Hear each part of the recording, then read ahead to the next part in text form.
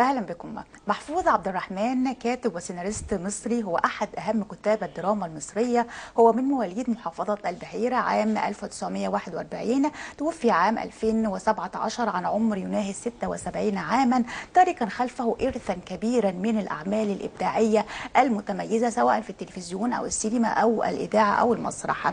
يمكن أهم ما يربط معظم هذه الأعمال بأنها جميعها تقريبا بترتكز على التاريخ وتدور حول موضوعات تاريخية. ومن هنا يأتي السؤال: لماذا هذا الارتباط الكبير وهذا العشق الكبير من قبل هذا الكاتب بالتاريخ المصري وتفاصيله والتراث المصري؟ يمكن هذا الارتباط بالتاريخ هو أهم ما يميز محفوظ عبد الرحمن، ويعني يجعله مختلفا وبارزا عن نظرائه وأقرانه من الكتاب الكبار في هذا أو في وقته وفي عصره. يمكن هذه الزاوية الأخرى التي سنلقي الضوء عليها في لقائنا هذا، بالإضافة إلى العديد من النقاط التي لا نعرفها عن هذا الكاتب الكبير، سنعرفها مع ضيفتنا الكريمة في هذه الفقرة، مع الكاتبة الصحفية والروائية الأستاذة هالة فهمي. أهلا بك يا أستاذة. أهلا بك يا أستاذة، وكل سنة وحضرتك طيبة. بصحة طيبة.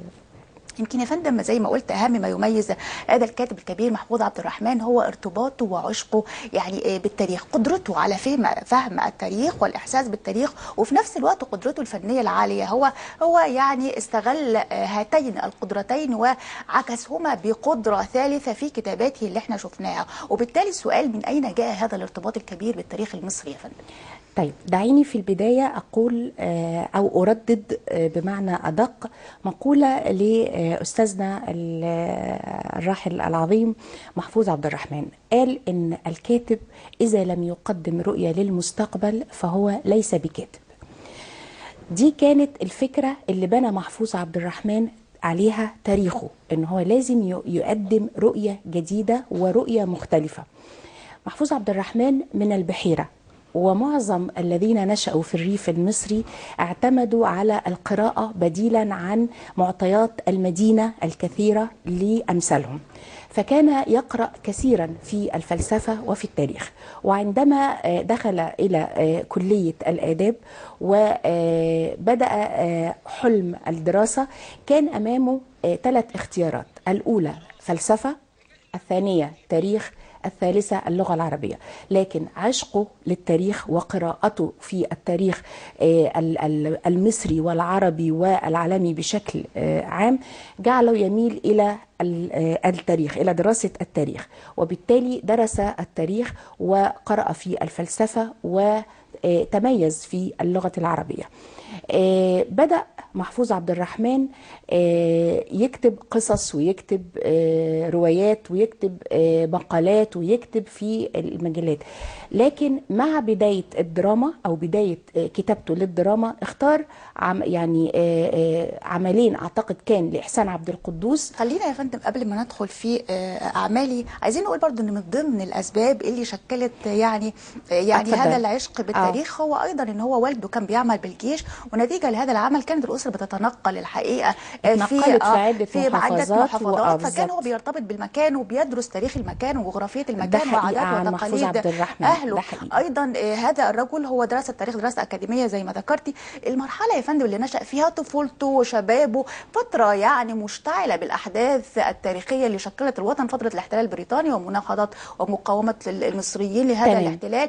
أيضا عندما تخرج وعمل واشتغل بوظيفة ما، هو اشتغل في دار الوثائق المصرية، هم يطلقون عليها بوابة التاريخ. هذا الرجل يعني التاريخ يحيطه من كل مكان. بس أنا هقف عند جملة حضرتك قلتيها: هذا الرجل له نظرة ما أو له مبدأ، وهو أن الكاتب لا يجب أن يقدم نظرة للمستقبل زي ما قلتي. طيب كيف ربط التاريخ بالمستقبل؟ يعني هو كان عنده أنا لازم أدي نظرة للمستقبل، وفي نفس الوقت هو مركز على التاريخ، إذا كيف ارتبط الأمران عنده؟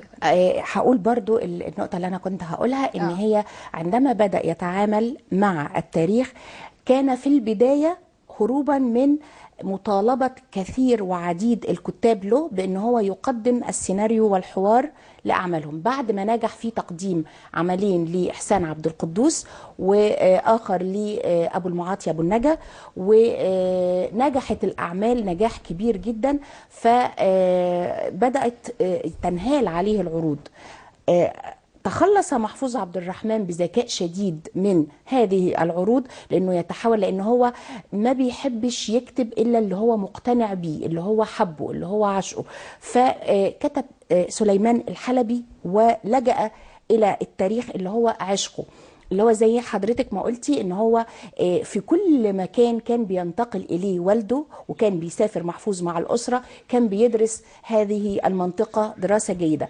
عندما جاء الى القاهره بدأ محفوظ عبد الرحمن يتعرف على القاهره بكل زواياها، القاهره الفاطميه الخديويه، الى ان اصبح متخصصا في التاريخ المصري والتراث المصري والعربي بشكل كبير جدا. بدأ أعماله التاريخية، لأن محفوظ عبد الرحمن كاتب ذكي، وطبعا احنا مرينا بظروف في بلادنا وفي الدول العربية كلها بيبقى فيه يعني نوع من القهر على الكاتب أحيانا من بعض الحكام، فكان ما يقدرش يكتب الشيء بمجرد في الوقت ده، كان بيلجأ إلى التاريخ. فهو بيلجأ إلى التاريخ أو إلى التراث بإسقاط على الواقع اللي هو عايشه. فهو ما غابش عن الواقع، وإنما غاص في التاريخ ليخرج لنا مثل ما يحدث في هذه اللحظة، ويقدم لنا في نفس الوقت رؤية مستقبلية بيتطلع إليها للوطن، لأنه عاشق للوطن بشكل. طب أستاذة هالة، هذا الغوص في التاريخ لو أنا خدت كده تعبير حضرتك ظهر بشكل جلي وواضح للغاية في تقديمه للسيرة الذاتية التاريخية أيضا، يعني أعمال زي سليمان الحلبي اللي حضرتك ذكرتيها، زي أم كلثوم طبعا، زي ناصر 56 وغيرها، هي بتقوم في المقام الأول على السيرة الذاتية التاريخية، مش أي سيرة كمان، أي سيرة تاريخية. فحدثينا عن السيرة الذاتية عند هذا الرجل. السيرة الذاتية عند محفوظ عبد الرحمن ما كانتش سيرة ذاتية بتتعلق بالشخص فقط، يعني هو ما بيحكيليش حدوتة هذا الإنسان اللي ممكن أنت تطلع عليه، لكن بذكاء هذا الكاتب المتفرد كان يأخذ من سيرة الشخص اللي هو بيعرضه زي ناصر أو حليم أو أم كلثوم أو الناس اللي هي كتب عنها سيرة ذاتية، بيأخذ ملامح هذه الشخصية ويعرج على التاريخ، بمعنى يتحدث عن السياسة، عن الاقتصاد، عن الحياة الاجتماعية، ويخرج لنا بعمل متكامل الأيقونة اللي محطوطة عليه سيرة ذاتية، ولكن هي ليست سيرة ذاتية شخصية للإنسان بقدر ما هي سيرة وطن. نعم، هي تاريخ لهذه الفترة، يعني كل ظروفها السياسية والاقتصادية والاجتماعية والثقافية اللي يعني كان هذا الشخص يعيش خلالها. معنا جزء من سيرة ذاتية رائعة، يعني راسخة في أذهاننا حتى وقتنا هذا، أم كلثوم. رائعة. نشوفها مشاهدينا إلى جزء من مسلسل أم كلثوم اللي عرض أول مرة عام 1999. الله، ايه يا شيخ زكريا، انت جبت درقه معاك ليه؟ مش الميعاد كان بينا احنا الاثنين بس؟ ما هو يا سومة انا وبيرم عاملين زي شيء. وازاي يا ترى؟ اهو ده اللي جرى. نظرة احسان. في بداية حياته المهنية عمل محفوظ في مجال الصحافة، وكان ذلك في عدة أماكن، يعني دار الهلال، الجمهورية، الأهرام، وكرئيس أو كسكرتير تحرير شارك في إصدار عدد من المجلات الفنية، 3 مجلات فنية بالتحديد، مجلة السينما ومجلة التلفزيون ومجلة الفنون. أستاذة هالة، يعني لو نتحدث عن هذه المحطة الهامة في حياته، محطة الصحافة، حدثينا عنها. محفوظ عندما كتب للصحافة المصرية الحقيقة كان كاتب مقال، وكان بيكتب كتابة لا تنفصل عن شخصية محفوظ عبد الرحمن أو عما يكتبه لنا من دراما أو سيرة سواء مسرح. كان يكتب بهذه الحماسة وهذا العشق للوطن، ولكن وهو كتب زي ما حضرتك قلتي للميسا وللجمهورية والعديد الصحف، ومؤخرا الأهرام، قبل ما يترك عالم الصحافة ويذهب للعمل في وزارة الثقافة. لكن هو حس في فترة من الفترات، وده كلام خاص كان بيني وبين الأستاذ محفوظ، لما سألته يعني الناس بتلجأ للصحافة عشان تحقق الانتشار وتحقق شهرتها وتحقق تبقى ليها سطوة. وكتير جدا من الكتاب اعتمدوا على ده، يعني دخلوا عالم الكتابة من باب الصحافة. لكن محفوظ عبد الرحمن دخل العكس، دخل الصحافة من باب الأدب ومن باب الإبداع يعني الأدبي. هو اشتغل في عالم الأدب والفن أولا ثم دخل عالم الصحافة. بالظبط، يعني نعم. هو كان بيكتب وبيطلع شغل من وهو طالب في الجامعة، وكانت علاقته بسعد الدين وهبة وبأسماء كبيرة جدا هي اللي شجعته على ان هو يكتب، واديته مساحات في الصحف والجرائد. اسلوبه الصحفي كان شكله ايه يا استاذه هاله؟ زي ما قلت ما تقدريش تفرقيه عن وانت بتتفرجي له على دراما او انت بتقراي له مسرح. او هو محفوظ عبد الرحمن يعني لا ينفصل عن كتاباته او عن ابداعه. انت تقدري تحللي الشخصيه، ولما تشوفيه وتتعرفي عليه وتسمعي كلامه انت ما بتحسيش انك قاعده مع بعض الكتاب ولا نعمم، فالتعميم جريمه. هم انفصال تام عما يقدمونه من فكره او ابداع. لا، محفوظ متسق مع نفسه، متسق مع مبادئه، مع افكاره، مع احترامه لكل ما هو قيمه، وبالتالي قدم ده من خلال الصحافة. لكن في فترة من الفترات حس ان الصحافة بتاكل محفوظ عبد الرحمن المبدع. بمعنى ايه؟ بمعنى انها بتجور على كتاباته الابداعية، ودي حقيقة. الصحفي الكاتب لما بيبقى صحفي احيانا بيفرغ من طاقته باستمرار، لان هو بيؤدي فعل الكتابة وما بيبقاش فيه نوع من الشحن ان هو يطلعه في صيغة ابداع. فعشان كده محفوظ عبد الرحمن ابتعد عن الصحافة واشتغل في وزارة الثقافة في دار الكتب والوثائق المصرية، وهناك حقق حلم آخر، وهو انه يعيش مع المخطوطات المصريه، مع التراث، مع التاريخ والتراث. وبدا يحقق يعني حلمه وعشقه ان هو يبقى جزء من هذه الوثائق اللي موجوده. يعني هو توقف عن الكتابه الصحفيه يا استاذه هاله؟ بصي، مش بشكل قطعي، هو بدأ ينسحب من الصحافة. بس هو له مقالات لحد 2010 يعني ما كانش منقطع، كان منسحب. بس في فرق انك انت بتشتغلي في المكان ده بشكل صحيح. دوري وبتقدمي عمل منتظم، وفي فرق انك انت بتبعتي ككاتب كبير مقالاتك. وطبعا كانوا بيتهافتوا على اي حرف، ولغايه سنه رحيله 2017 وكان اي جورنال او اي مجله تتمنى انها تنشر حرف المحفوظ عبد الرحمن. وبالظبط زي ما قلنا كده، هو لم يكن صحفيا ولم يكن كاتبا للسيناريو يعني فقط، ولكن يكن موظفا ايضا.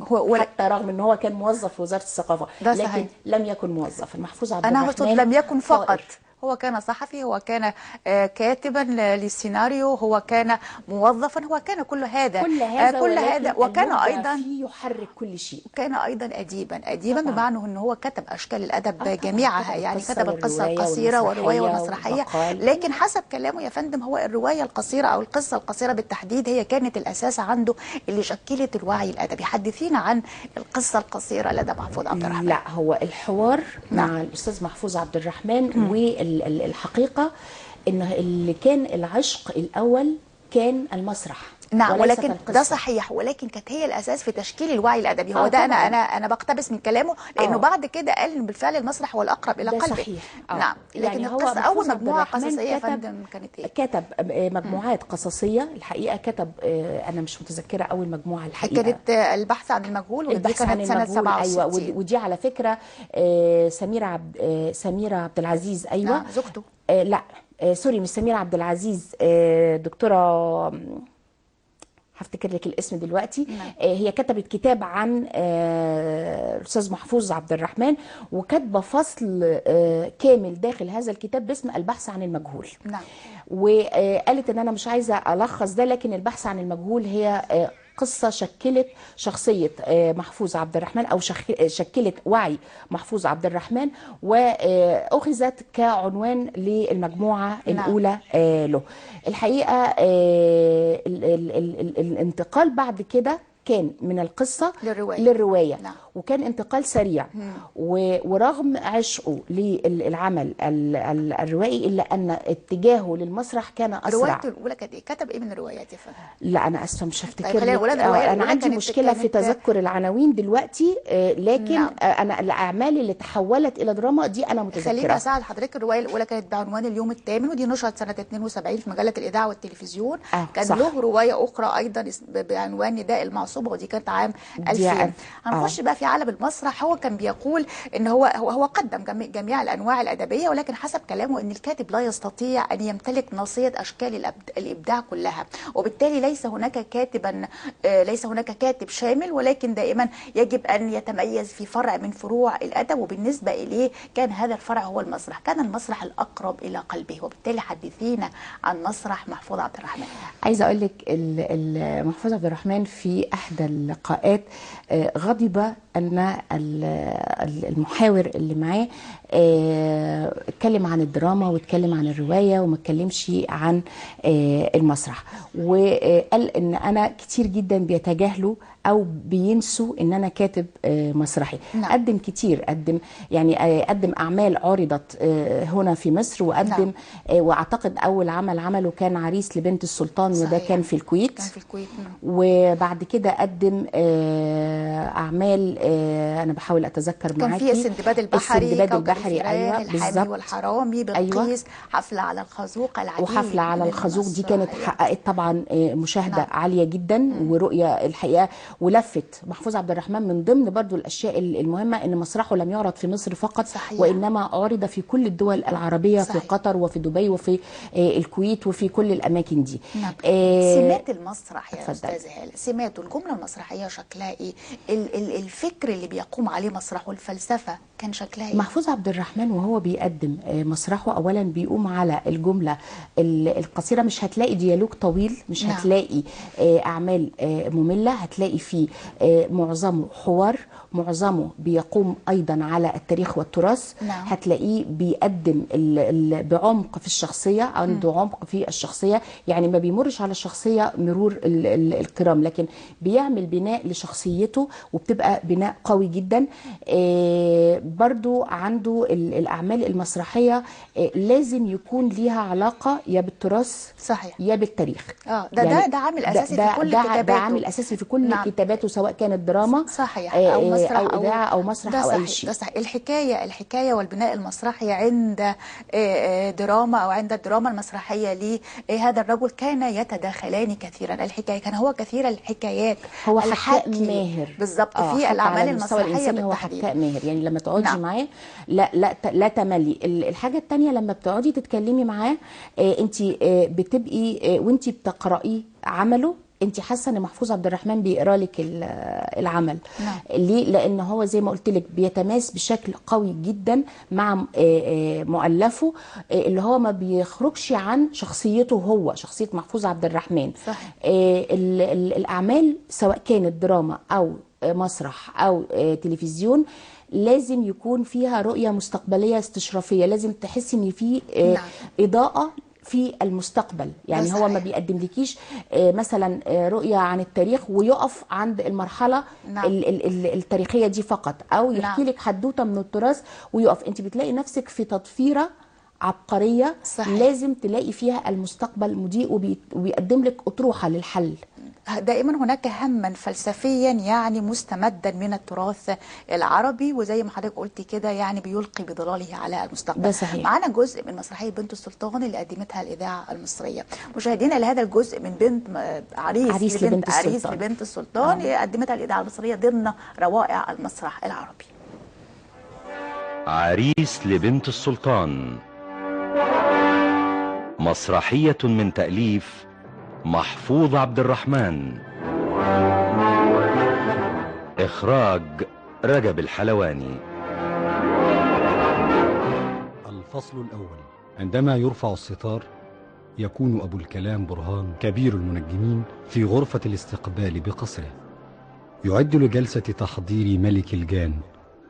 أمامه موقد فيه بخور يعبق المكان، في حين يطوف المنادي يحمل طبلته معلنا الأوامر السلطانية. يا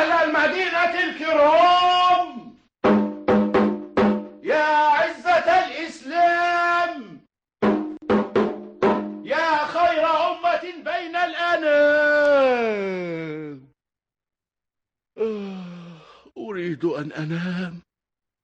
بعد التحية والسلام إليكم هذا البيان الهام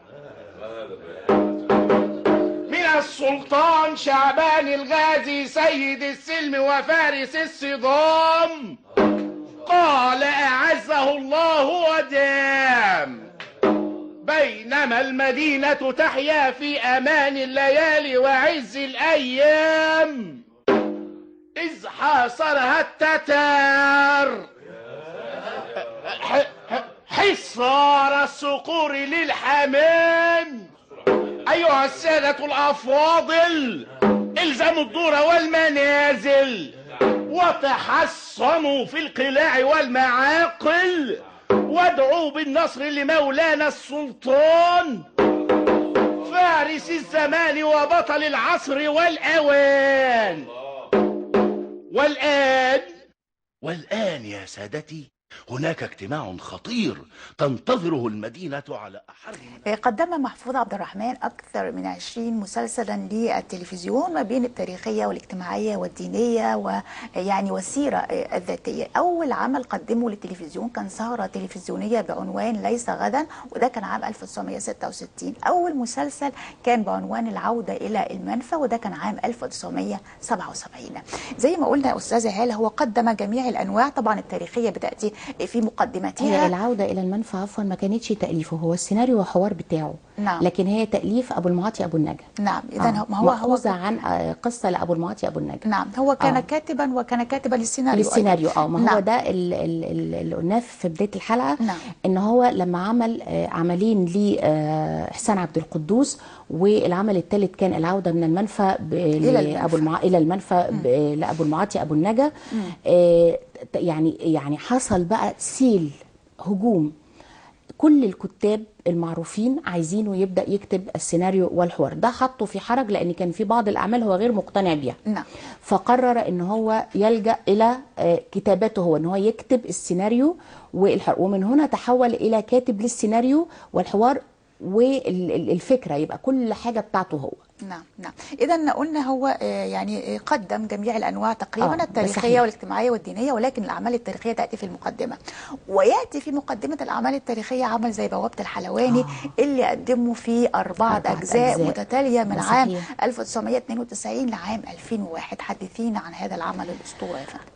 العمل زي انتي قلتي أسطورة، لأن هو الحقيقة بدأ يتكلم من خلال، ودي بقى عبقرية المؤلف، هو أخذ أسرة في الفرمة. نعم. أسرة صغيرة اللي هي أسرة الحلواني في الفرمة، وخد شوية الأشخاص اللي في الفرمة دول اللي هم في العيلة دي، وبنى عليهم حدوتة تماست مع تاريخ مصر، تراث مصر، حضارة مصر، مستقبل مصر.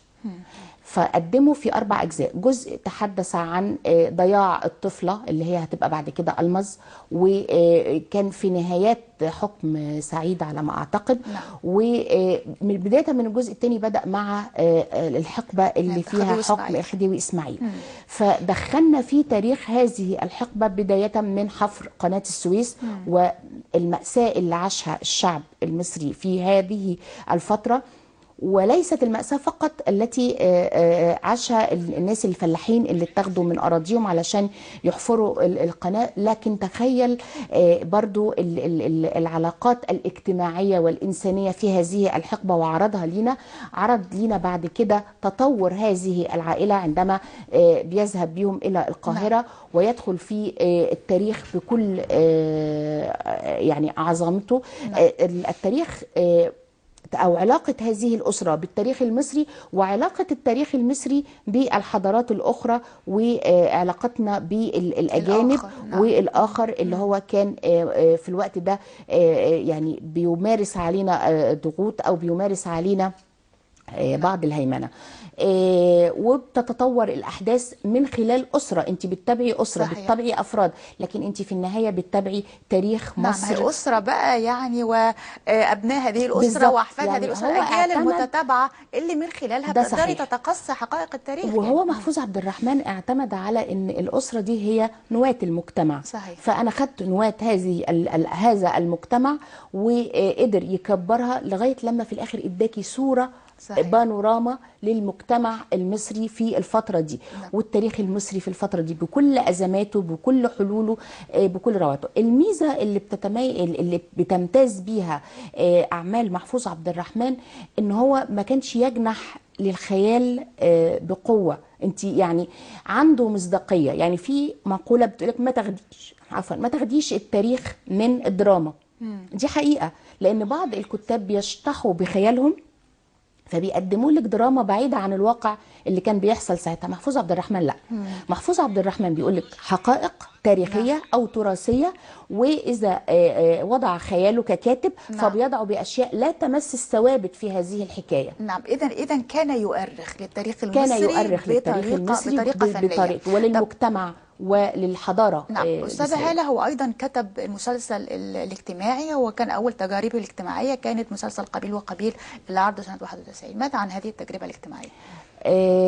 انا الحقيقه مش متتبعها قوي، معلش انا اسفه. يعني نعم. ممكن نشوف عمل اخر. تقريبا هو كان عمله الوحيد الاجتماعي، قدمه سنه 91، وكانت البطوله فيه لفاروق الفيشاوي. نعم، يمكن تقريبا العمل الوحيد، وكان المخرج فيه ابراهيم الصحن. طيب، هو ايضا قدم المسلسل الديني ساعه ولد الهدى سنه برضو 1992. وقدم طبعا المسلسل الديني برضو عنده نعم. حاجات جميله. محفوظ عبد الرحمن عندما قدم الدراما الدينية لم يقدمها ببعد مختلف أو مخل بالدين. بمعنى أن بعض الناس بتقدم الدين وبتسطحه أو بتهمش بعض الأشياء، لكن محفوظ عبد الرحمن عندما كتب الدراما الدينية قرأ الكثير. يعني أنا سألته في مرة في لقاء كنا مع بعض، فبقول له أستاذ محفوظ لو الواحد يعني نفسه يتجه للكتابة الدينية، قال لي لا، هو مش موضوع تعبير. يعني انت مش هتدخلي تعملي موضوع تعبير فهيدوكي معطيات وتكتبي على أساسها. عشان تكتبي في الدين أولا لازم تبقي قارئة جيدة لكل الآراء التي قيلت حول الموضوع اللي انت هتتكلمي فيه. وتخرجي برؤيتك الخاصة عنه. عشان كده لما بيقدم ما بتلاقيش فيه اختلاف حواليه. يعني محدش بيقول لك ده شوه الدين او ده قدم أو شوه التاريخ، أو شوه التاريخ. لا، هو الحقيقة كان عنده مصداقية بيقدمها في سواء كان في ولد الهدى أو في أعماله التاريخية الأخرى. طب هو يا فندم قدم أعمال تاريخية أيضا مع التلفزيونات العربية، على سبيل المثال سليمان الحلبي، عنترة، لا في التلفزيون، في مجال التلفزيون بالتحديد. أيوة. سليمان الحلبي، عنترة، ليلة سقوط غرناطة، الكتاب على لحم يحترق. ماذا عن تعاونه مع التلفزيونات العربية؟ كان تعاون ناجح. في فترة من الفترات محفوظ حوصر إبداع محفوظ عبد الرحمن داخل مصر لأسباب لا داعي لذكرها، بيحصل مع كتير من المبدعين. فهرب إلى مصر أو خير أن تقبل هذا أو تسافر، فسافر. سافر لدول عديدة، يعني منها الكويت، منها العراق، منها قطر، منها وهو في الأماكن دي قدر يستغل وجوده في الأماكن دي لأنه هو يقدم التاريخ العربي وليس التاريخ المصري فقط. نعم. فقدم العناوين اللي حضرتك طرحتيها. نعم. وتم إنتاجها من الدول اللي هو نعم. يعني في العراق أن تقول القادسية في ده فيلم. أنا بتكلم برضه احنا لسه في التلفزيون يا فندم. في التلفزيون معانا جزء بقى من مسلسل يعني كان بطولة عبد الله غيث وعرض هنا الحقيقة في مصر بقى مسلسل عنترة. هنشوفه مع حضرتك والسادة المشاهدين. مشاهدينا إلى هذا الجزء من عنترة اللي قدم عام 1978. في البداية يجب أن تجعل السيف صديقا ليدك كأنه جزء منها.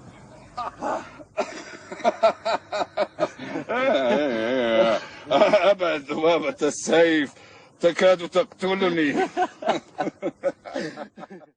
مشاهدينا، قدم محفوظ عبد الرحمن للسينما عدد من الافلام التاريخيه والسيره الذاتيه، يمكن كان ابرزها فيلم القادسيه، ناصر 56، حليم. يعني هذه الافلام استاذه هاله الحقيقه تم تكرارها، يعني في بعض الافلام تم تكرارها في السينما وفي التلفزيون، لكن كان العمل اللي بيقوم بكتابته محفوظ عبد الرحمن سواء في السينما او التلفزيون هو الاكثر نجاحا. يعني مسلسل ام كلثوم اتعمل في نفس العام فيلم كوكب الشرق 1999، المسلسل نجح اكتر.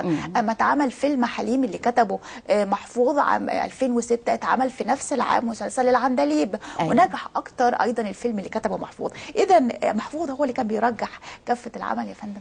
طيب هنتكلم عن دول، بس هقول لك ليه هو كان بيرجح وهاخد اللقطه اللي احنا شفناها من مسلسل عنترة. اللي هيشوف أعمال اللي ذكرت فيها شخصية عنترة ابن شداد، سواء كانت أفلام أو مسلسلات أو فوازير أو هيلاقي إن هو طول الوقت كان بيضحك من شخصية عنترة. بينما إذا قرأت أشعار عنترة ابن شداد تنبهرين. فهذا عقل رجل مثقف وفاهم رغم البداوة ورغم حياة الصحراء. طيب إيه اللي خلانا نحترم عنترة لمحفوظ عبد الرحمن؟ شخصيه عنترة اللي اداها عبد الله غيث في احمد مرعي الحقيقه كان في المسلسل عنترة. نعم. الحقيقه اللي خلانا نحترم ده الورق اللي قدمه المؤلف. نعم. ان المؤلف احترم الشخصيه وقدم الابعاد بتاعه الشخصيه بدون هزل. صحيح. هذا ما حدث في ناصر 56 وما حدث في حليم وما حدث في أم كلثوم وما حدث في كل أعمال محفوظ عبد الرحمن. نعم. فعندما قدم حليم وقدم بعد كده في فيلم في مسلسل عفوا العندليب، نجح الفيلم مقارنة بالمسلسل. عندما قدم ناصر وقدم أيضا عمل آخر نجح ناصر. عندما قدمت أم كلثوم أيضا نجحت لأن عندما يبني محفوظ عبد الرحمن الشخصية الدرامية التي يكتب عنها هو لا يكتب من فراغ، يكتب بعد قراءة كثيرة جدا في تاريخ الشخصية وفي السيرة الذاتية للشخصية. إذن كلمة السر مع هذا الرجل هي التاريخ مرة أخرى. التاريخ والصدق. التاريخ والصدق. معنا جزء من فيلم حليم يا فندم. مشاهدينا إلى فيلم حليم اللي قدم عام 2006.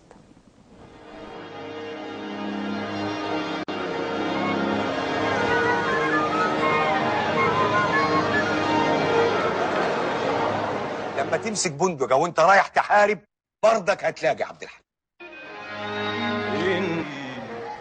ما كنت بدأ. حصل محفوظ عبد الرحمن على العديد من الجوائز والتكريمات، نذكر منها جائزة الدولة التشجيعية عام 1972، أحسن مؤلف مسرحي عام 1983، الجائزة الذهبية من مهرجان الإذاعة والتلفزيون عن مسلسل أم كلثوم، وجائزة الدولة التقديرية في الفنون عام 2002. حضرتك برضو يا أستاذة هالة قمت بتكريم هذا الكاتب الكبير من خلال مهرجان مسرحة القصة القصيرة، وده كان عام 2008. ده صحيح. أستاذ محفوظ كان عضو في مجلس إدارة اتحاد كتاب مصر، والحقيقة قبل بلاء حسنا في هذا الدور، وكان يعني دوره مشرف داخل المجلس. بعد ما ترك المجلس لظروف صحية، كان طبعا أصيب هو بمشاكل صحية واضطر يسافر بره وكده، أقمت أنا مهرجان لمسرحة القصة القصيرة، تحويل القصص القصيرة إلى مسرحيات، وفازت في المرة دي الكاتبة عزة عدلي عن الرجل الصلصال، وكان بيبقى في بقى ندوات ومحاور عن الأعمال التي قدمت، وكان رئيس المؤتمر الأستاذ محفوظ عبد الرحمن. فحبينا أن احنا نشكره عن هذا الدور الرائع، لأنه لم يغب عن المؤتمر ولا جلسة ولا ندوة يعني، وحضر العروض كلها وحكم وفازت الفائزة. فكرمناه بدرع اتحاد كتاب مصر، وهو يعني قليل من كثير يستحقه محفوظ عبد الرحمن. فبعد ما اديته الدرع، ودي حكاية أنا بشرف جدا بأن أنا أحكيها، فضل يتأمل الدرع شوية كده، وبعدين لقيته بيقول لي طب ولو انا حبيت اهديكي حاجه اهديكي ايه؟ فقلت له انت اهدتني فعلا انك ترأست المؤتمر وسمحت لي ان انا اقعد جنبك على المنصه، فده بالنسبه لي منتهى التكريم يعني. قال لي لا، هتقبلي مني الدرع ده وهتحتفظي بيه عليه اسمي، فاسمحي لي ان انا اقدم لك الدرع ده، لان انا عارف ان اتحاد كتاب مصر مش هيقوم بالدور ده. المفروض انت بتكرميني عن رئاسه المؤتمر، لكن انت عملتي فكره جديده كانت اول مره تتعمل في اتحاد كتاب مصر. قال لي انت قدمتي فكره جديده وعملتيها حلو قوي قوي قوي، وانا فخور بيكي، وما عنديش حاجه اقدمها لك غير ان انا اهديكي نفس الدرع فتقبليه. طبعا انا بكيت الحقيقه في الموقف ده وقبلت. نعم، هذا هو الكاتب الكبير والمعلم الكبير الاستاذ موقف تاني اذا الظروف عبد تسمح. الرحمن. للاسف الوقت لا يسمح، ولكن يعني هذا هو محفوظ عبد الرحمن. ده حقيقي. هذا الكاتب الاصيل الذي يعتمد على التاريخ ويعتمد على الفن، على احترامه لنفسه تملك بقوه هذان القدره او هاتين القدرتين، التاريخ والقدره الفنيه. فكانت هذه الاعمال العظيمه واللي كان وراءها ايضا شخصيه عظيمه زي ما حضرتك تفضلتي واوضحتي، الكاتبه الصحفيه والروائيه الاستاذه هاله فهمي. شكرا جزيلا لحضرتك. شكرا يا فندم. مشاهدينا، انتهت هذه الفقره وهذه الحلقه، نلقاكم الاسبوع المقبل باذن الله، فانتظرونا.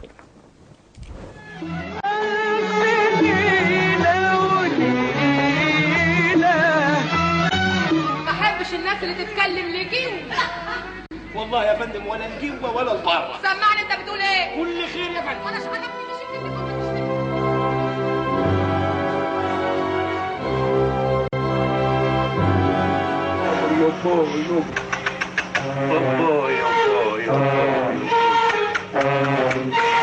هتشربي بالذوق ولا كتفك؟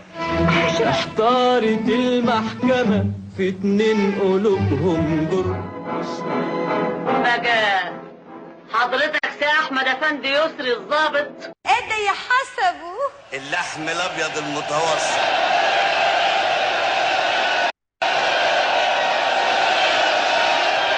فقد تزندق، ومن تفقه ولم يتصوف فقد تفسق.